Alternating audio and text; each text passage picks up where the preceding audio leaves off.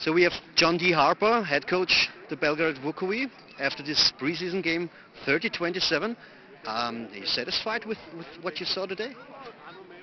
Satisfied. Well, actually, you're never satisfied when you're a trainer. But I mean, the reason for this game, we accomplished it. We won both a live game with a high level of competition, and I think that we're out of practice. We had a lot of snow down in Belgrade. Bad snowstorms. We couldn't practice the whole thing. So for where we are, we got okay. We were a little slow today, but I think for a first game, it's okay. I think it's good for them and good for us. Did you expect it to compete so good with the Dragons?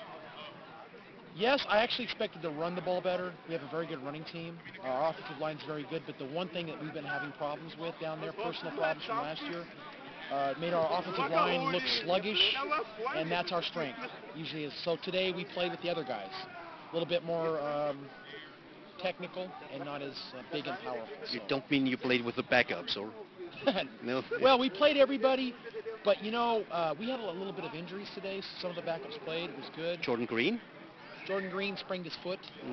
Something he'll be back from. And then one of our great defensive ends, number 39, had a little bit of tweaked his knee. But this team is driven by the offensive line, and when the offensive line, like any great team, doesn't function, it's a hard game. And like them, they didn't have Yannick today, so they had their little problems too. But I think they're both happy with what they did and what we did. So at least it makes a nice friendship. If we have a friendship game every year, then it'll be nice. So you play CFL this year again, of course. Your goal there is to win it, of course. Yeah, I think the goal is always to go back to the final. You want to go back to the final, and you want to build and get better. In Belgrade, this is our 5th year of contact football. So they haven't played tackle football before ever until will be the 5th year we're doing it. So with that in mind, they're technically behind Austria. So last year, I worked there all year, and I worked there year-round. We probably raised a level of technique about 15 years. The object is to play one more season and gain more technique so they can compete with the Dragons again or some other teams.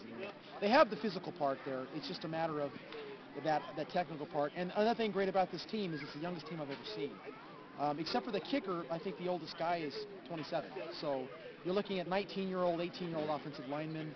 The D-line is very young, 21, 20 years old, 19. So maybe our one import, but I think Brandon might be the eldest player at 28.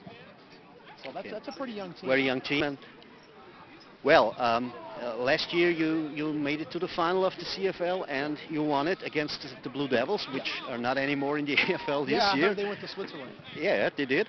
And now your former team, the Invaders, stepped up to the AFL. Yeah, they did. What do you expect from them there? I don't know. They got a running back from the Chargers. If you know. Yeah, I heard about that. I tell you, the one thing about the Invaders that I learned working with them, that where there was the anticipation they might be able to do some things on offense. I recall having games where I didn't really have enough players to line up on offense, and you couldn't tell it. It was a defensive team, but generally the Invaders are a good running team. They have an experience from being in the past in the AFL and playing many years. A lot of the linemen are smart, so they're a good running team. So I can imagine getting an American running back. They feel like they have a chance. Unfortunately, I think the Invaders don't have the same amount of people to draw from like Vienna does, the 2 million draw. So if their juniors program steps up, they'll replace the guys who are getting older, like the linemen. I think that's the difference in the AFL. What used to be the AFL 1 and AFL 2. Yes. But yeah, I mean, they have some good guys there, and I feel like I had a part with that because I really worked hard technically with them. But they're all good guys, so it's all right. I talked to even about Prague, who is new in the league, a team from the Czech Republic, and I asked him, do you think that maybe one day the Belgrade Vukovi should also play, or should be invited to play in the EFL? And he said, of course, because all great teams in our neighborship should join us if they want to. Do you think about this as an option? I think about it a lot. I think the main thing is you take a step up level in competition, you teach the guys technically what to do. I mean, Austria is so really great technically. Every week you play in Austria, the hard part about Austria is it's not eye right, give the ball. It's very, they have this and that. So when they get that idea of seeing that, physically they can do it. I think the biggest thing what's happened in Belgrade is the visa situation. Like last year we lost one game. We went to Korneub and we did take 11 players. You can imagine what it's like. Well, this year the EU is allowing us to travel for 3 months. So it makes travel possible.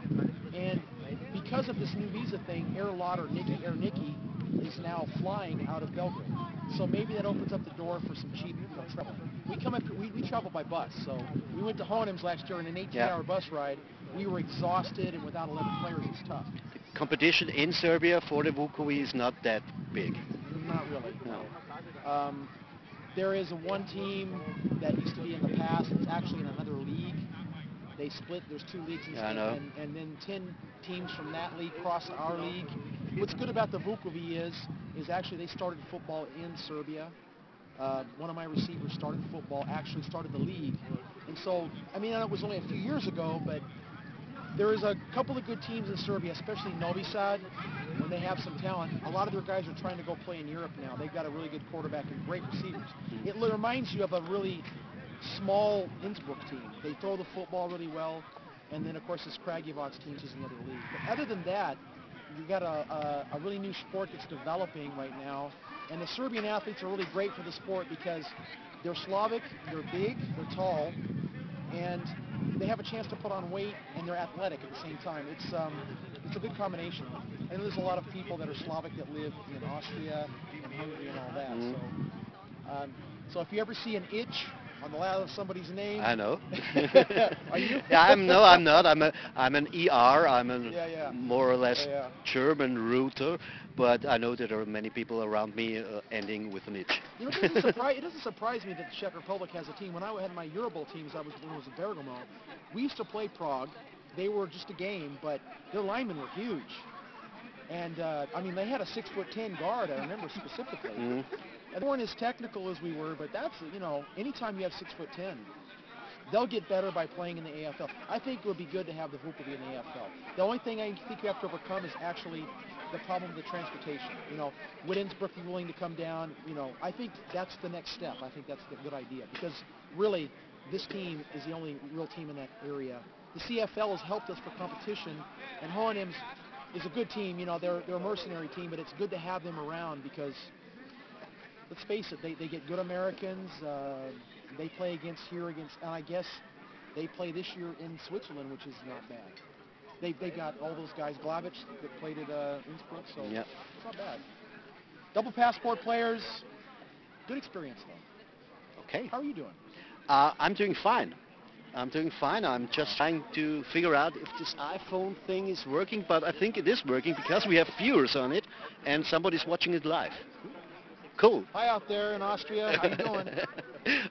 Thank you.